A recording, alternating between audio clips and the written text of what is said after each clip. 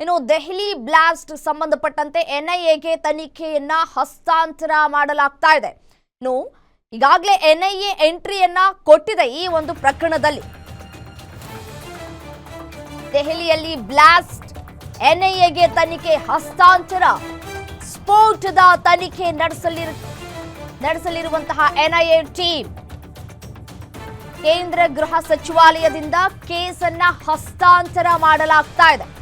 ಎನ್ಐಎಯಿಂದ ಚುರುಕುಗೊಂಡ ದೆಹಲಿ ಬ್ಲಾಸ್ಟ್ನ ತನಿಖೆ, ಆತ್ಮಾಹುತಿ ಬಾಂಬ್ ದಾಳಿಯಲ್ಲಿ ಈಗಾಗಲೇ 13 ಜನ ತಮ್ಮ ಪ್ರಾಣವನ್ನ ಕಳೆದುಕೊಂಡಿದ್ದಾರೆ. 20ಕ್ಕೂ ಹೆಚ್ಚು ಜನ ಸಾವು ಬದುಕಿನ ನಡುವೆ ಹೋರಾಟವನ್ನ ಮಾಡ್ತಾ ಇದ್ದಾರೆ.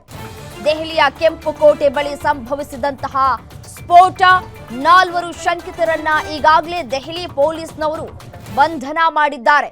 ಇದರಲ್ಲಿ ಮಹಿಳೆಯರ ಕೈವಾಡ ಇದೆ ಅನ್ನೋದು ಕೂಡ ತನಿಖೆಯ ಸಂದರ್ಭದಲ್ಲಿ ಗೊತ್ತಾಗ್ತಾ ಇದೆ. ನೋಡಿ, ಎಲ್ಲರೂ ಕೂಡ ಎಜುಕೇಟೆಡ್ಗಳೇ, ಯಾರು ಕೂಡ ಅನ್ಎಜುಕೇಟೆಡ್ ಅಲ್ವೇ ಅಲ್ಲ.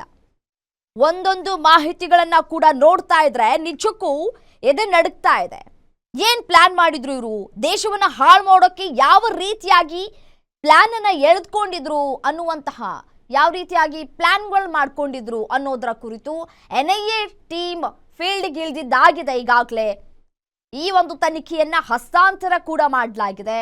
ಎನ್ಐಎಗೆ ಒಮ್ಮೆ ಹಸ್ತಾಂತರ ಆಯಿತು ಅಂತಂದ್ರೆ ಇಂಚಿಂಚು ಮಾಹಿತಿಯನ್ನ ಕಲೆ ಹಾಕ್ತಾರೆ. ಅದರ ಜಾಡನ್ನ ಹಿಡಿಯುವಲ್ಲಿ ಎನ್ಐಎ ಅಧಿಕಾರಿಗಳು ಬಹಳಷ್ಟು ಕೇಸ್ಗಳನ್ನ ಕೂಡ ಈ ಹಿಂದೆ ಮಾಡಿದ್ದಾರೆ. ಅದರಂತೆಯೇ ಈ ಒಂದು ತನಿಖೆಯನ್ನ ಬಹಳ ಬೇಗ ತೀರ್ಮಾನವನ್ನ ತೆಗೆದುಕೊಂಡಿದ್ದಾರೆ ಕೇಂದ್ರ ಗೃಹ ಸಚಿವರು ಅಮಿತ್ ಶಾ ಅವರು. ಬಹಳ ಒಂದು ಒಳ್ಳೆ ಡಿಸಿಷನ್ ಅನ್ನ ತೆಗೆದುಕೊಂಡಿದ್ದಾರೆ. ಸೊ ಎನ್ಐಎಗೆ ಬೇಗ ತನಿಖೆಯನ್ನ ಹಸ್ತಾಂತರಿಸುವಂತಹ ಕೆಲಸವನ್ನ ಕೂಡ ಮಾಡಿದ್ದಾರೆ. ಈಗೇನು 4 ಶಂಕಿತರನ್ನ ಅರೆಸ್ಟ್ ಮಾಡಲಾಗಿದೆಯಲ್ಲ, ಅವರ ಜಾಡನ್ನ ಹಿಡಿದು ಹೇಗೆ ಪ್ಲಾನ್ಗಳನ್ನ ಎಣಿತಾ ಇದ್ರು ಅನ್ನೋದರ ಕುರಿತು ತನಿಖೆಯನ್ನ ನಡೆಸಲಿಕ್ಕಿದ್ದಾರೆ.